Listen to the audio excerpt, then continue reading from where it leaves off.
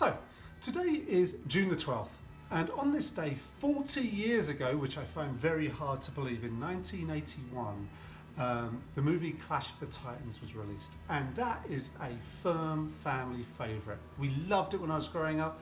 When Lysander was old enough to watch it, which is about one, we showed it to him, and he loved the Greek myths. I remember after him watching that, we drove past the big evangelical church near us here, Living Faith.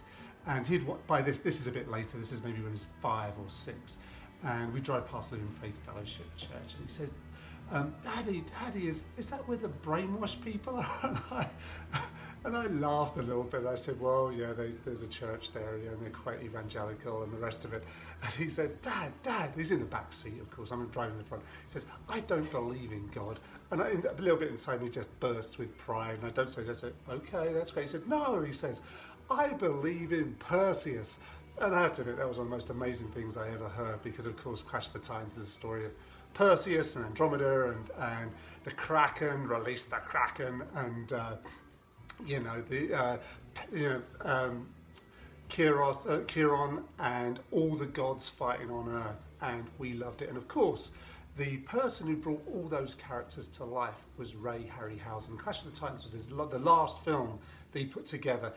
It wasn't quite as good as some of the early ones, Jason and the Argonauts especially the terrifying bit where Talos, the big bronze god, first moves when Hercules pulls a dodgy and steals some jewels. But Clash of the Titans was great, and one of the characters, it's interesting, the movie was made remade many years later in 2010, and that new version was a lot more, little more realistic and gory. I don't know if it was any better, to be honest. The leading roles can't have been any worse. To be put, Perseus in that original Mark Hamill, not the greatest actor in the world. Bit featureless and expressionless would be the best way to go, but a bit of a hunk.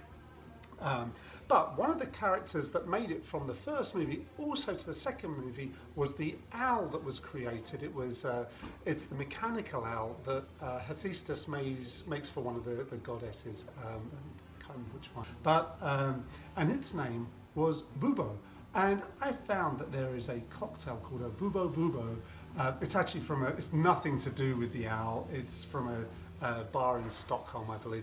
But that's what we're going to do. We're going to celebrate Clash of the Titans, one of the greatest kids and grown-ups movies that I remember seeing, along with Jason and the Argonauts. I've already mentioned that. That may be the real favourite, but I'm not going to quibble over that one at all. It's a whiskey drink. It should really be 100 proof rye. I do not have 100 proof rye, so I'm using my 90 proof rye, my George Dickel rye, and it is 1.5 ounces of that, like so. And then a couple of, this really has some interesting ingredients in it. The first is an Amaro, it's Montenegro, and I need 1/2 ounce of that, Italian liqueur, or Amaro better said, like so. And another Italian one, Cynar, our favourite artichoke aperitif. It is delicious and interesting and earthy, and it's going to be an interesting mix here. So 1/2 ounce of that as well.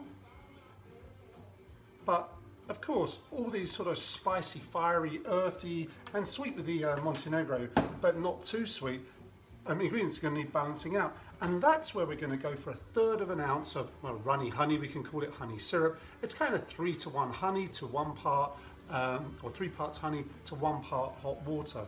And we need about 1/3 ounce of that. But obviously, as with most drinks, you can just adjust that to your own taste. Just going to give that a good stir. Hopefully not anger the gods here at all. Don't want to do that. Perseus. I would go for Perseus rather than the god, I'm not going to lie. Oh, maybe not the actor who played Perseus, though. Oh, it was a wax model. Oh my god. Oh. There we go, we stir this until it's nice and cold, and it's usually about 20 seconds. That 20 seconds seems to go on forever sometimes. I think, how am I going to fill that with a bunch of words? But that's probably enough for us. I'm going to strain that into a chilled Nicanora glass, although you can use any cocktail glass that you so desire. There we go, and that fits in perfectly there, because once you've stirred it, adds up to about 3.5 to 4 ounces. And this has a really interesting garnish. It's actually whiskey, but and it's got to be Islay malt apparently, so I'm using my Lafroig Posh stuff.